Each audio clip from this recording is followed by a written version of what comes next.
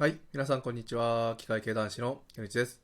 今回はですね、悩みを吹っ飛ばすおすすめの本をですね、5冊紹介したいと思います。それがですね、こちらにある5冊ですね、1冊ずつ軽く紹介していこうかなと思います。それではですね、1冊目はですね、夜は短し歩けよ乙女です。これは結構おすすめの本でね、読んでてすごい楽しい本なんですよ。で、楽しくもあってスイスイ読めるんですけども、主人公がね、好きな子にアプローチをかけようと一生懸命アピールしようとしてるんですけども、主人公はなかなかね、勇気が出ないので、外堀から埋めていこうとするんですよ。で、その彼女の方からしたら、当人からしたら、ほとんど何とも思ってないような行動なんですけども、それでも主人公はね、一生懸命、外堀をね、一生懸命埋めていこうとしてる姿がね、すごいけなげっていうか、こちらもね、応援したくなるような、何かしら彼女の方がね、振り向いてくれたらなっていう風に思えるような、行動をいっぱいとってね、最終的には、結ばれていくわけなんですけども、このね、行動っていうのがすごい良くて、普段ね、その自分がこうしてどうなるんだとか、自分がちっぽけな存在に見えちゃって自分が動いたからといってっていう風なことあるかもしれないんですけども、でもね、やっぱ、他人から何とも思われてないような行動でも、誰かしらがね、その行動を見てたりするし、誰かしらが自分のね、見方とか応援してくれたりもするかなっていう風に思えるので、やっぱりなんか意味がないって思われても、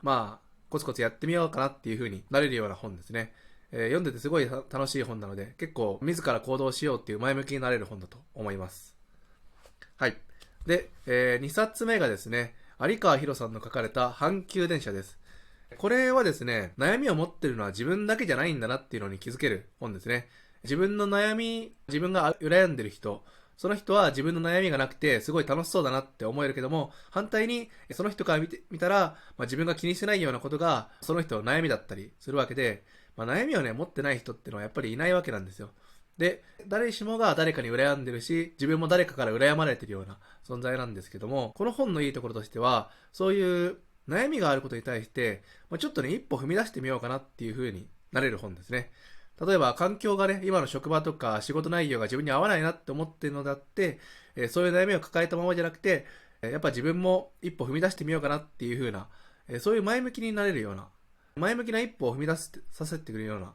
本だなと思います。で、3冊目がですね、こちらのフランス人は10着しか服を持たないですね。これちょっと意外に思われるかもしれないんですけども、なんでじゃあこれが悩みを消すのにいいのかっていうと、これね、マインドフルネスの本で書かれてたんですけども、マインドフルネスの考え方としては、過去とか未来の悩みをですね、全部忘れて、今現在のことに集中するっていうのが、それがね、悩みを消す方法というか、悩みを気にしない方法って書かれてたんですよ。要は大体悩みの9割方って、過去の自分の失敗だったり後悔とか、あとは未来への不安ですね。明日仕事憂鬱だなとかっていう、そういうね、未来とか過去に対しての不安とか悩みっていうのがすごい多いんですけども、そうじゃなくて今自分のやるべきことにすごい集中するっていうのが、やっぱり、パフォーマンスを高めるし、悩みをね、一時的に忘れる。悩みっていうのもね、時間が経てば、その時が来ればね、意外とね、悩まなくてスッと決まるようなもんですよ。だから未来に対して不安っていうのは、その時が来ちゃえばね、その時が来るまではすごいずっと悩んでるんだけども、その時が来ちゃえば意外とね、スッと終わるっていうのがね、大体の悩みなんですよね。だから、その、未来来るような悩みってのにずーっと頭を悩ますんじゃなくて、今自分のことにフォーカスするっていう、それで悩みを忘れることができるんですよ。なんでじゃあこの本がいいかっていうと、この本がね、そのフランス人が10着しか服を持たないっていうミニマリスト的な考えも、あるんですけども、やっぱりそのフランス人貴族のような、フランス人の優雅な一日、その今お茶を飲んでるのであれば、お茶を飲んでる時間を楽しむとか、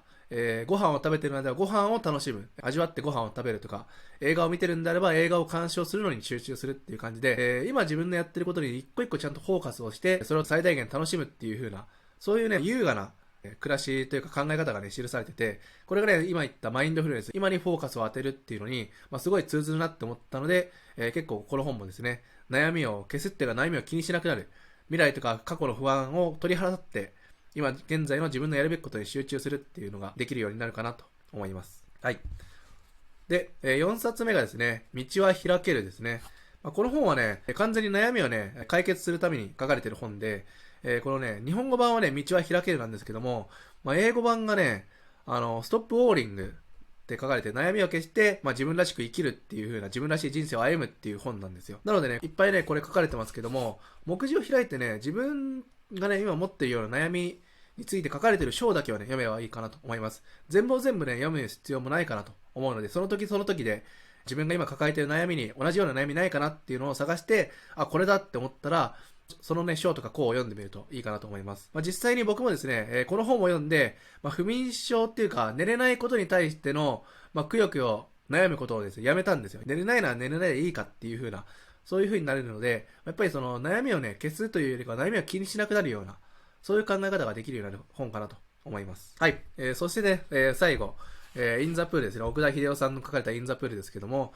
僕はですね、この奥田秀夫さんのこのシリーズの本は、めちゃめちゃ悩みに対してすごい有効的だと思います。ある意味でね、振り切るんですよね、完全に。その悩みをね、消す、根本的な悩みを消すことってのはやっぱり意外とできないものだと。そう、自分の今の上司が嫌だと。でも仕事内容はすごい満足。上司が嫌なだけなんだよなっていう時に対して、上司だけを消すような方法ってなかなかないじゃないですか。そうじゃなくて、もう完全に振り切っちゃって、もう上司とのやりとりっていうのは完全にその、なんだろうな、コントというか、今この上司との会話は、